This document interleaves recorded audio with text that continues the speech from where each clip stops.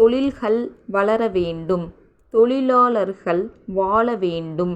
இது அனைவராலும் ஏற்று கொள்ளப்படுகிற ஒரு கொள்கையாகும். அந்த வகையில் தமிழ்நாடு அரசு செயலாற்றி வருகிறது என்பதை அறிந்து மகிழ்ச்சி அடைகிறேன். ஒரு நாடு முன்னேற்றம் அடைய வேண்டுமானால் சிறு தொழில்கள் அதிக அளவில் உருவாக்கப்பட வேண்டும். அவைகளை கிராமப்புறங்களில் ஏராளமாக துவக்கலாம்.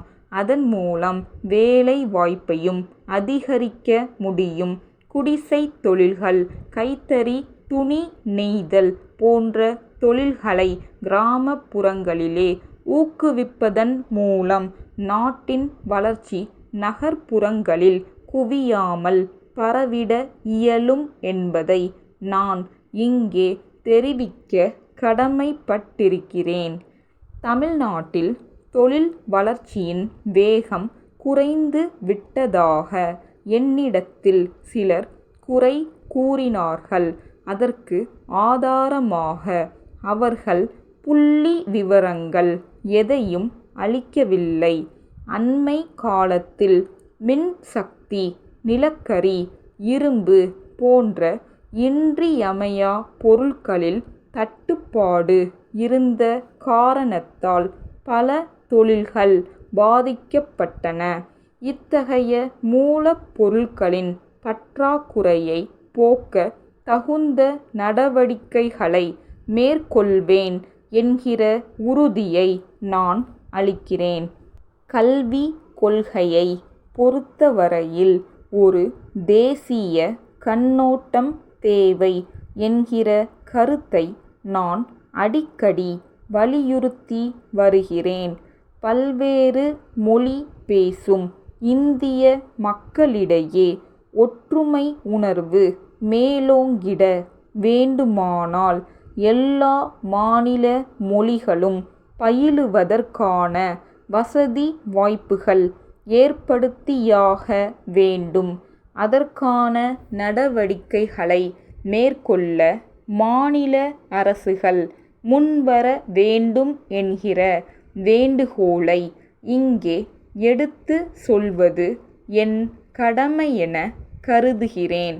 பிற மொழி நூல்களில் சிறந்தவற்றை தமிழ் மொழியில் வெளியிடுவதற்கு தமிழ்நாடு அரசு திட்டமிட்டுள்ளது என்பதை அறிந்து மகிழ்ச்சி அடைகிறேன். அதைப் போலவே சீரிய தமிழ் இலக்கியங்களை பிற மொழிகளில் வெளியிடுவதற்கான திட்டம் நல்ல முறையில் நடைபெற்று வருகிறது என்றும் அறிகிறேன். இந்த மொழி பெயர்ப்பு பணி மூலம் நாட்டில் ஒற்றுமை உணர்வும் ஒருமைப்பாடும் மேலும் மேலும் வலிவு அடையும் என்பதில் ஐயமில்லை. இந்தியா விடுதலை பெற்ற நாள் முதல் மகளிர் நலனில் மத்திய அரசும் மாநில அரசுகளும் அதிக அக்கறை செலுத்தி வருகின்றன. அதன் காரணமாக அலுவலகங்களில் பணிபுரியும் மகளிர் எண்ணிக்கை நாளுக்கு நாள் வளர்ந்து வருகிறது. இதை கருத்தில் கொண்டு பணிபுரியும் பெண்களுக்கு விடுதிகள் கட்ட சமூக நல பணிகளில் ஈடுபட்டிருக்கும் தனியார் தொண்டு நிறுவனங்களுக்கு ஊக்கமும் உதவியும் தரப்படுகிறது. வாழ்க்கை தரத்தை உயர்த்த முயற்சிகள் செய்து இத்தகைய தேசிய நிர்மாண பணியில் பங்கு பெறுவதன் மூலம் இளைஞர்கள் மனதில் தேசப்பற்றும் நாட்டு நலனும் ஆழமாக வேரூன்றும் என்பதை உங்களின் கவனத்திற்கு கொண்டு வர விரும்புகிறேன். மக்கள் நலன் கருதி ஏராளமான சமூக நல திட்டங்கள் தமிழ்நாட்டில் நல்ல முறையில் செயல்படுத்தப்பட்டுள்ளன. எதை செய்தாலும் சிறப்பாகவும் சிக்கனமாகவும் செய்கிற ஆற்றல் பெற்றவர்கள் தமிழ் மக்கள். அதற்காக அந்த மக்களுக்கு என்னுடைய பாராட்டுக்களை தெரிவித்துக் கொள்கிறேன். கோவை முருகன் குழாய்கள் நிறுவனம், சென்னை குடிநீர் வடிகால் வாரிய நிர்வாக இயக்குனருக்கு எழுதும் கடிதம். அன்புள்ள ஐயா, கடந்த 20 ஆண்டு காலமாக ஆழ்கிணறுகள் அமைக்க உதவும் இரும்பு குழாய்களை நாங்கள் தயாரித்து வருகிறோம். கோவை மாவட்டத்தில் பலர் எங்கள் நிறுவனத்தின் இரும்பு குழாய்களை உபயோகித்து ஆழ்கிணறுகள் அமைத்து நல்ல பயனை அடைந்துள்ளனர்.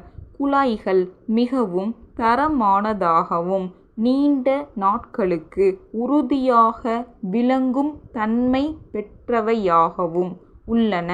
துருப்பிடித்து நாசமாகாமல் இருப்பதற்கென்று வழவழப்பான முறையில் தயாரிக்கப்படுகின்றன. எங்கள் குழாய்களுக்கு தர நிர்ணய சான்று இந்திய அரசால் அளிக்கப்பட்டுள்ளது என்பதை பெருமையோடு தெரிவித்துக் கொள்கிறோம். தற்போது சென்னை நகரில் குடிநீர் பஞ்சம் இருக்கிறது என அறிகிறோம்.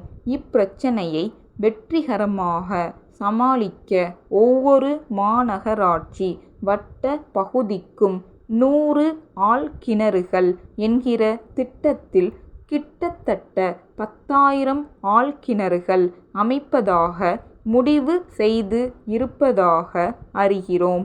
அதற்கான ஒப்பந்த புள்ளி கோரி வெளிவந்த விளம்பரத்தையும் பார்த்தோம். எங்களுடைய ஒப்பந்த புள்ளிகளை தபால் மூலம் முறையாக அனுப்பியுள்ளோம். இப்படிக்கு